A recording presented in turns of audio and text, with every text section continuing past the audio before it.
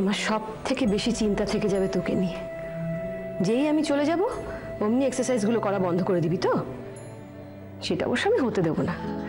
আমি প্রতিদিন ফোন করে জিজ্ঞেস করবো তুই এক্সারসাইজ ঠিক মতো করছিস কিনা। আচ্ছা দেখ, ফিজিওথেরাপিস্টের দেওয়া এক্সারসাইজগুলো তুই যদি নিয়ম করে করলে একটু ভালো থাকিস, তাহলে কেন করবি না বল? করবি তো? কথা দিচ্ছিস?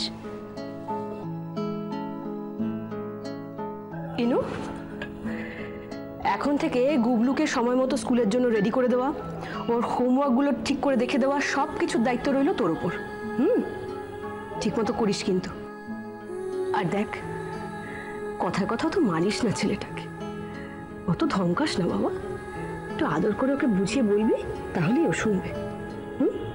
আর যদি তাতেও না শোনে, একদম ফোনে আমার সাথে কথা বলিয়ে দিবি, বুঝলি তো?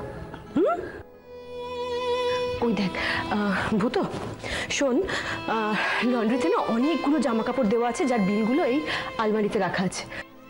আলমারি থেকে বিলগুলো নিয়ে জামা কাপড়গুলো নিয়ে আসবি। হ্যাঁ, বেশি দেরি করবি না, ওরা আবার হারিয়ে ফেলবে। এখন থেকে এই গোটা সংসারটা সামলানোর দায়িত্ব কিন্তু বানির। বানি, এই দেখ, এই দেখ, এই ডায়েরিটা, এখানে সব খরচাগুলো মাসের প্রথমেই আলাদা আলাদা করে লিখে রাখবি, বুঝলি তো? আমার নোট ডাউন করাই আছে। এই দেখ, আমার তো লেখাই আছে, তুই বুঝে যাবি কেরম কেরম খরচা, তোর সুবিধা হবে। এটা রেখে দে। এই ধর, ধর এটা,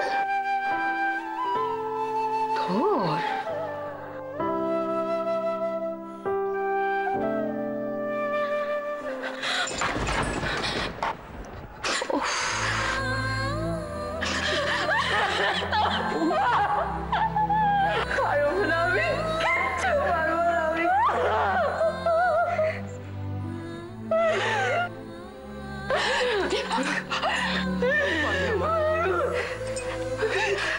তোমাকে ছাড়া থাকতে পারবো না দিদি, তোমাকে ছাড়া থাকতে পারবো না।